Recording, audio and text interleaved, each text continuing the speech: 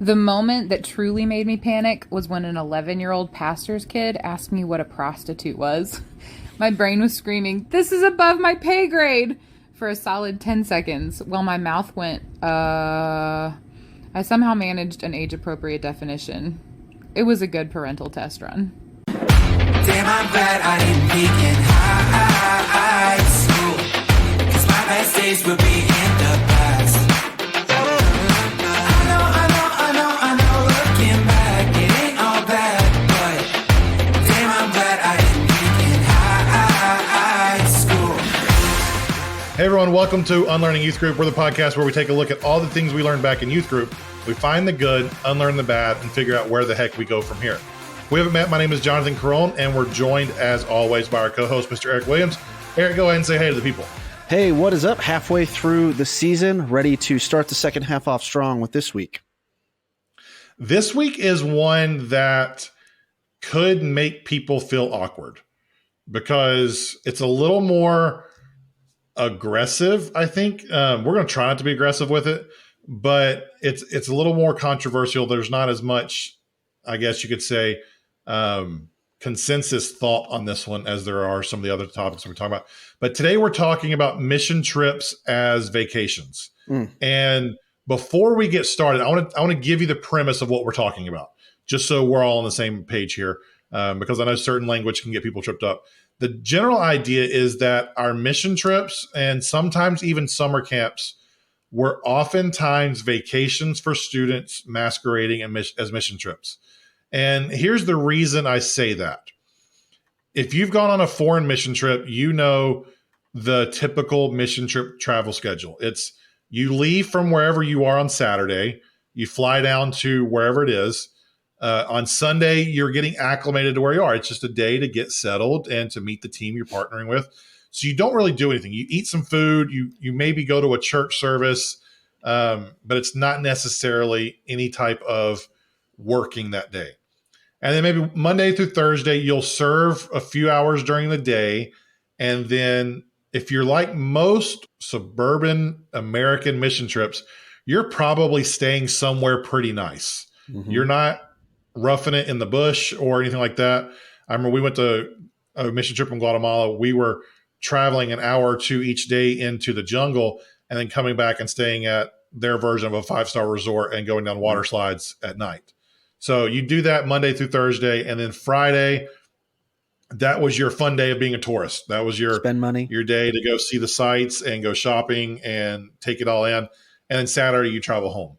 So you'd spend $1,500, $3,000 on a mission trip and end up doing 8 to 16 hours of work for the entire week. And the rest of it was fun things or educational things. Or other people would spend $1,500 to $3,000 because you raised those funds because you're doing God's work. Yes. So there is an Andrew Stanley stand-up piece that he did. Eric, you just sent me this. So tell people, you can probably paraphrase it better than I can. Yeah, well, so Andrew Stanley, he is the son of Andy Stanley, North Point lead pastor, founder, and he's a stand-up comedian, and he's great. We had him at a church function one time, and he roasts mission trips for about a minute. So basically, the line of joking is he pokes fun at people who, and he says, I was friends with a girl on Facebook, and it seemed like her mission on the mission trip was to take as many photos with little African babies as possible, and she sure succeeded. And so he kind of pokes fun at going on mission trips for the Instagram photo, for the pictures with the locals. And then he also talks about, which I think is true, he talks about sending 12 college students to sub-Saharan Africa to dig a well, and obviously we're not expert well diggers or haven't done that ever before in their life. And so really poking fun at that as well, as we send people to do skilled labor jobs that we have absolutely no skill for. And he does it in a funny way, and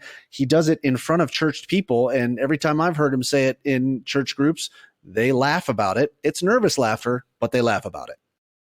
So today's episode really, there's hopefully going to be some humor in it, as like we always try to do, but we want to rethink mission trips and rethink and take a different look at why we do mission trips, what they're supposed to look like. We're going to stick to our normal format of intro on the topic like we just did. We're about to talk some of the bad things about where we got mission trips wrong, but we do want to find good in it. And we do want to rethink how we look at mission trips in the future, because there is value in leaving home and going to serve people. So we don't want to just poop on that and make you think that we don't care at all about mission trips.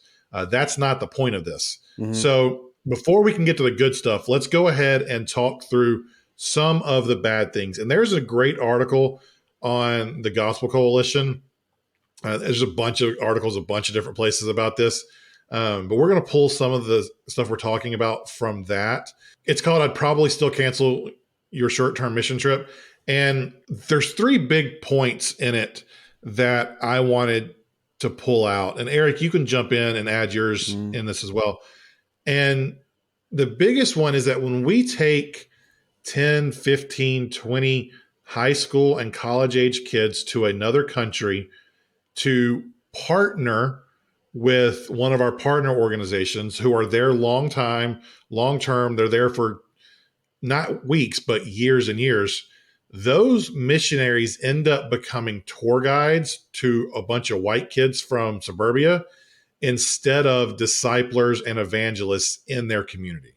Yeah. So a lot of times that's very true. And again, to go back, this may not apply to you. You may have a great missions team at your church. You may have people that are dedicated. You may support long-term in-country missionaries as well. So that may not apply to you, but I think the article definitely, casts some light on it, on the ways that it can become dangerous. And there's also another resource. It's called When Helping Hurts. This really changed things for me and my family, is reading that. When Helping Hurts, How to Alleviate Poverty Without Hurting the Poor and Yourself. I think it's Steve Corbett is the lead author on that one. But basically talking through how spending money to send people who have no skill because this was typical at our church, is exactly what Andrew Stanley was talking about, is like we would get a group of people of 12 or 13 people, and they would be the mission team. And then we would send them, and it was always manual labor. It was build a house, dig a well, all these sorts of things.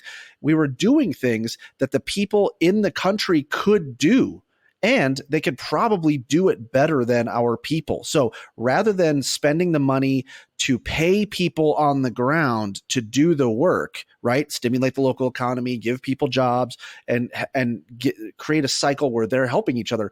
We've now sent a bunch of people that are not doing the job nearly as well. We're sending it in, and just like you said, the people that are on the ground are now the tour guides or the general contractors, or they have to go back and fix the work that we screwed up anyway. So imagine let's just say the mission trip costs $2,000. We take 15 kids or 15 people. So you have leaders and 15 total people. That's $30,000 right there that was spent to show these people what was going on over there. What could $30,000 do for our long-term missionaries? Right. And so that's the question we have to ask there, in terms of, is it a financial positive to send kids over and do things like that? There's an argument for it. I understand that, but that's just something we have to think about, is that sending people on short-term trips like that take away resources from the people who will be there long-term. We have to rethink and take that into consideration as we do it. And then one other thing that we have to take into consideration, you just hit on this, Eric, but I think it's one that is important to hit again. When we go over and do things like that, we do things for communities. We don't do them with them. Mm-hmm. And so it's been studied that the long-term change is when we can go do things with people. It's the things that they could be doing on their own, but we're going to come help them do it. It's not like, oh, we're going to come paint for you.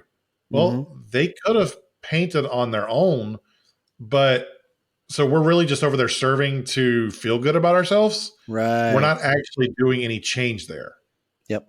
Yeah, exactly. And I think that, it creates this unhealthy dynamic between the ones who are serving and the ones, I guess, quote, being served. As we already talked about, not only are we sending people that are not skilled in the thing that we're actually doing, because painting is a great example. I led a group of high school kids in Costa Rica, and our job was to paint the inside of a women's shelter, which is like, yeah, great. We should have done, that's awesome. But did we need to spend 30 plus grand to go down there to do that. And then also, don't forget, we're spreading the gospel. Okay, great. But I can tell you what, a group of 12 to 16-year-olds aren't the most proficient gospel spreaders, especially in a language which they do not speak. And so you have a translator that's doing it anyway. And so, like, again, I feel like we got to keep doing disclaimers here. Your team might have been different. Your experience might be great. You're doing it better. Are we saying that all these things were failures? Not necessarily. But what we do is we set up this assumption, if we're not careful, that the people in these foreign countries are not capable, or they're not capable of doing it for themselves. And now we come in as the American saviors, or as the American evangelical church saviors, rather than going in there for the right I shouldn't say that. Rather than going in there with a mindset of partnering with the local economy and sending the right people, or sending them for the right reasons, in order to help build a sustainable system in that country. Because that would be the last thing that I would say too, is I can't tell you how many times I heard someone say, or I've said it myself at the end of a mission trip, oh, we're going to be back next year. Oh, we're coming back. And then you never go back. And so now you're also setting up this expectation. And I think if you talk to people who receive mission trip groups like this in those countries, they tell you the same thing. Yeah, I mean, people say they're going to come back, and they say they're going to do this and that and the other thing. We've just learned that it's hard to trust groups that don't have that intentional relationship building and build in, like you said, with them, instead of doing it for them or doing it to them. And again, no one goes into these situations like, oh, I want to take a vacation to whatever. And so I think the intentions behind this, and this is the reason we do this podcast this way. The intentions behind these trips were pure. They were to help. They were to spread the gospel. Mm-hmm. However, as we've talked about before with a lot of these topics, good intentions led to bad results. And so that is what happened here. There were great intentions, but these are just bad things that have happened. And there's all sorts of books that have been written, articles that have been written. If you want to dive more into this, reach out to us, but we don't want to sit in the negative the entire episode, because we could keep talking about these things and moving forward and diving deeper, but that's not our goal. Our goal is to find the good behind it and then do better in the future.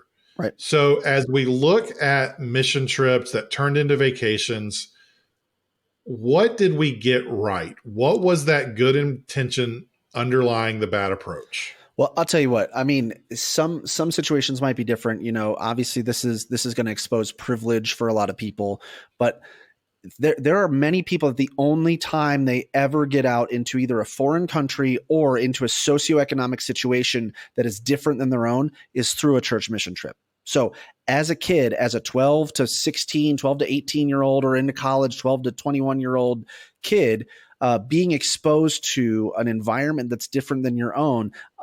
And like for me, there was a lot of like, oh man, I'm super embarrassed by what all these high school students are doing, and, you know, taking photos of people on the street without asking them, and little social faux pas like that. But at the same time, it created great learning opportunities for us to talk through, what does it mean to not have the same things? No, of course they don't have a cell phone or, you know, or Wi-Fi or the things that you have every single day.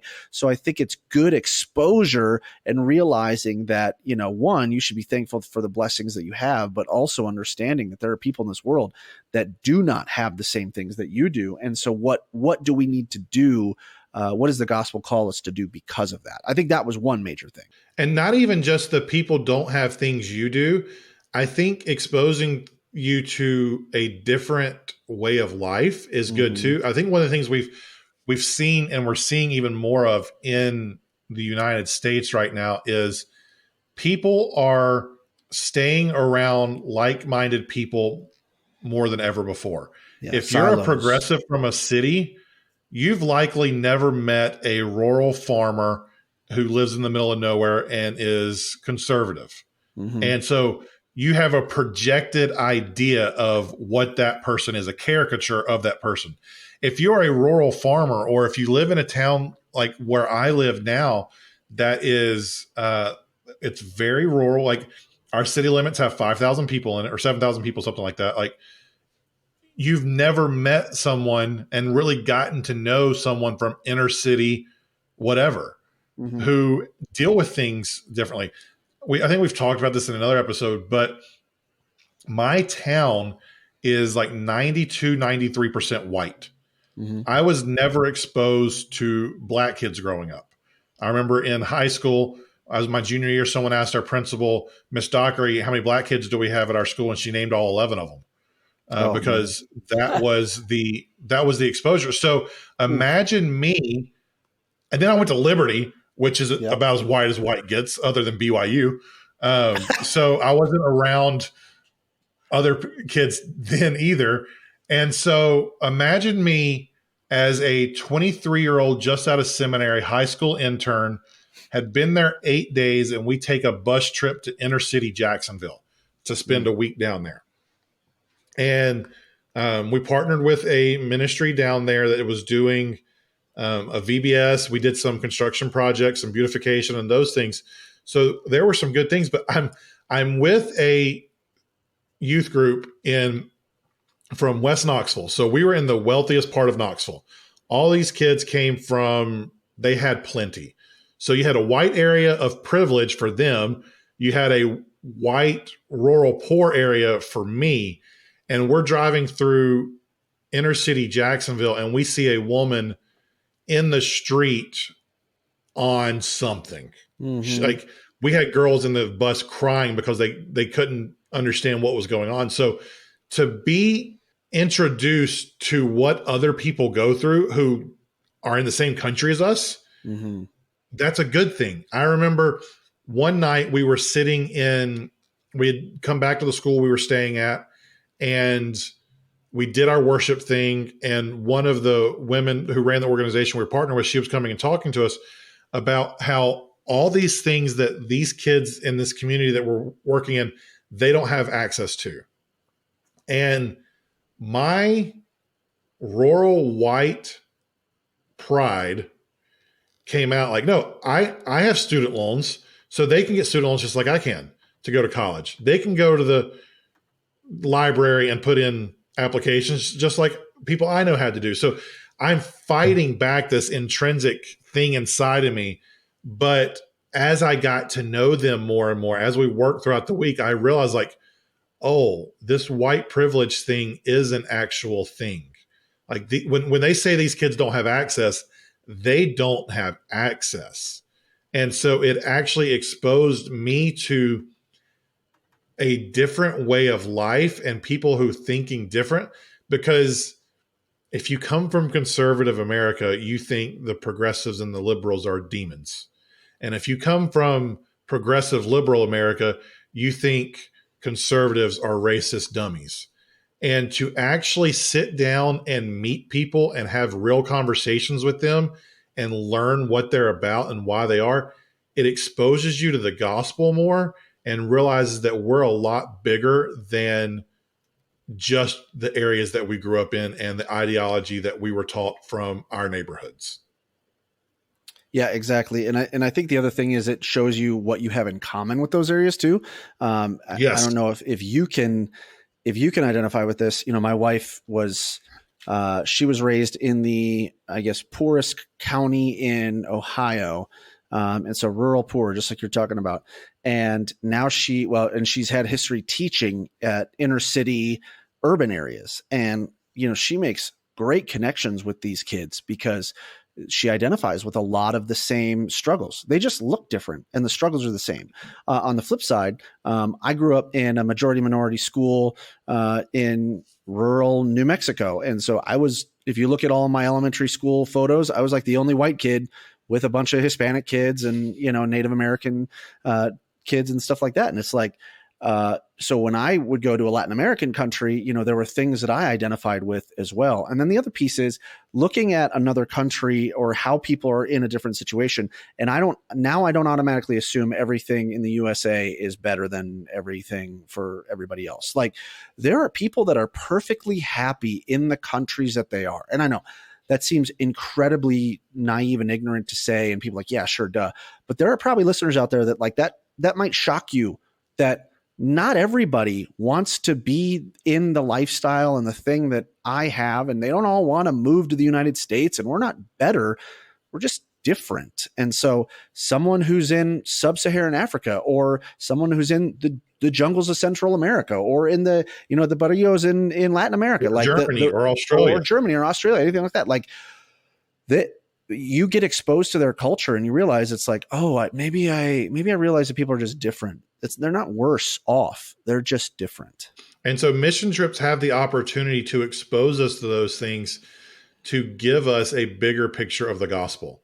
Mm-hmm. And they also can awaken things in you that you didn't know were there. Like, I have met kids who they went on these mission trips, and that trip was the thing that said, you know what, I'm going to go be a long-term missionary in this country and live there amongst the people for a decade of my life and serve them that way. So there are good things that come from that. I don't want people to hear this episode and immediately think that we think all mission trips are bad, because we don't.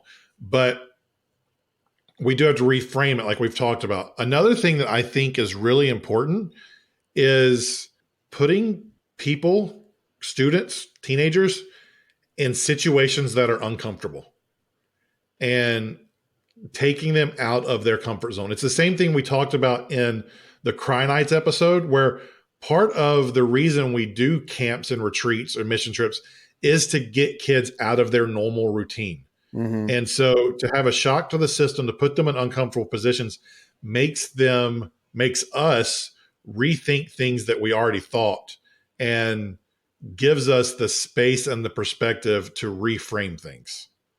Yep.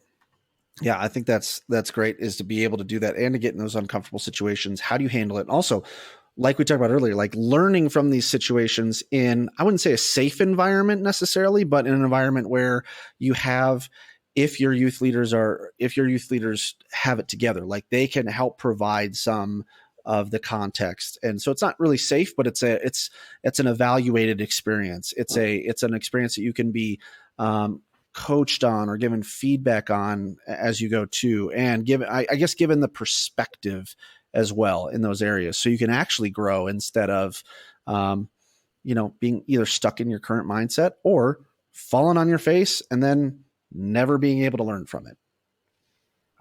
So where do we go from here? We've talked about good. We've talked about the bad in mission trips. As we rethink this and move forward for the ministries we might lead, as we think through mission trips as adults, how do we reframe this in our mind? What do you think the first step is in that? Oh, man. Okay. So this is where I think the churches that I've been a part of, luckily for me, I think they have done it in a really great way of actually investing locally in the economy. And so, one of the first churches I was a part of, we worked with GCLA, which is Great Commission Latin America. And so what they did was essentially invest in church planters that were local in those countries. And so, we asked them and we let them lead. And I say I wasn't a part of the mission, the mission department, but essentially letting them lead and saying, what is it that you need? And yeah, sure, there were still plenty of times where we would send unskilled laborers to build the walls and to do the things. But they said, hey, let's stay with host families instead of in hotels. That'll save on costs. That'll also expose you to more of the locals. That'll let our people serve you as well, locally, to serve the missionaries and things like that. And so, that was one piece. The other thing is we get an idea of what the infrastructure is down there, what they need, and how we can serve them best. And sometimes it's sending money. Sometimes it's we need to send a medical mission trip down there. Sometimes we need to send educators and people who are skilled in certain areas. And other times, we send the 12 people that want to have a heart for Jesus, and then they come back. And the other benefit is they tell everybody what a great time that they had, and tell everybody about the situation going on there, and really become a sounding board for others to motivate them to give and to serve as well.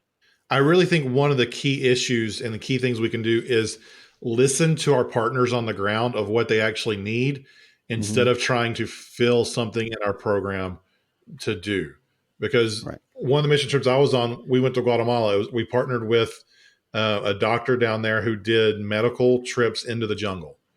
And what they do, they can take unskilled laborers and show them how to do these things. Their entire ministry is set up to do that because they need the hands more than they need the skills.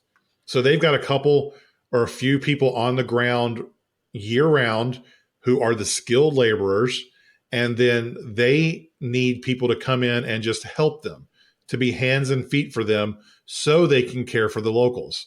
And so by doing that, with partnering with someone on the ground who says they need hands and feet, they don't need skills, then okay, we're not going in, we're not harming anything. We're not taking those people out of what they were already doing. We're actually serving them and helping them. So I think it's a lot about, if we're doing foreign trips, listening to what our partners actually need and providing that, instead of saying, man, I really want to expose our kids to this, so let's go do it. And right. It's just a flip of a switch there in terms of, and then personally, this is my bent. So I'm going to go ahead and own that this is just the way I'm wired. But I think, as unsexy as it is, doing things locally at home for students in your town and different parts of your town is really important, because our towns, our geography is siloed. You have the white part of town, the black part of town, the poor part of town, the rich part of town, the Asian part of town, the Hispanic part of town, whatever it is, like your town, you know, the pockets that you have within that. And a lot of times our students never actually meet or go through those other pockets of town to really see what their neighbors are experiencing. So to take a week and serve your local community so you can see what's happening right down the street, that allows you to have long-term partnerships in your community. And it allows you to expose your kids to people who are right down the street from them. They're only 15 minutes away, and they're living a totally different life than you are, believing totally different than you do in all sorts of things, but you've never met them because you've been in your silo. So if we can, if our goal is to expose kids to other environments, then we can do that at home for a couple $100 instead of a few thousand. Exactly. And I think it's, you know, and this is probably a different topic for a different day, as we usually get into in these things, but it's just like your church's model of, like, it would be the same as if you're going to skip over a certain neighborhood of trying to reach people. You know, if you are neglecting the neighborhood directly around your church in order to serve people 3,000, 5,000, 10,000, you know, however many thousand miles away, like, maybe you need to reevaluate that. We're not saying you can't do both, but I think that is key too, to say, like, if you're not even looking into your own local area, there are probably people right around the corner that need you as the local church. And if your church is at the point, size wise, where you're doing an effective job of both, or you can figure out a way to do both, I think that's great. But there's plenty of opportunities domestically we can help. Absolutely. And then the other thing I think is really effective is short-term trips for crisis moments. This is where we, as adults, we really can make the most impact. If you have a skill, whether it's medical, construction, whatever, when hurricanes hit, when natural disasters happen, when there's a place with a legit need now, as we move forward as adults, I think it's important for us to put both time and money into our schedule so that when we see a need, we have the resources and the capacity to help with it. Right. And that might not be all of us. I don't know how great a marketer will help with storm relief. So I'm probably not going to be going on those trips. Sure. But as an adult who owns a business, I can put money in my budget to say, hey, that hurricane just ripped through wherever, and we've got, my church has a team going, I'm going to sponsor that and help pay for that so that we can be the relief. And I think it's important as adults to be thinking about how can we help in legit, tangible ways as we move forward, because there's always going to be needs around us, but we want to do it in the most effective way possible. Yeah, exactly. And I mean, sure, again, sometimes you just need to send bodies to do things. Got it. Great. Fine. Sometimes you need to send the marketer that is not really good with a shovel or lifting or building. I mean, that's me raising my hand right here. Not good with anything blue collars, any tangible physical skill I'm not great at. But, what I can do is help tell the story and, tell the story of people around. So yeah, there are different ways to use your gifts and use them. But I think, as we've said the entire time, the right way is figure out what is the actual need, what is the actual intent, and align people's skills and desires with the needs that are there. And that may look different from person to person and trip to trip. So if you're making those trips, they shouldn't look the same every time. And you shouldn't just be, copy and pasting 12 people go on the trip and all build a wall and mix concrete and paint stuff. And then the last thing I'll say is I think one of the most effective things we can do if we're going to continue doing some of these vacation-ish trips is to change our thinking on them. It's not about, those trips aren't necessarily about making an impact for the community we're going to. It's not, yes, we're going to serve them some. Yes, we're going to try to do these things. But those trips are about exposing our students and our people to the needs around us and how big the gospel is and how the gospel moves us to help.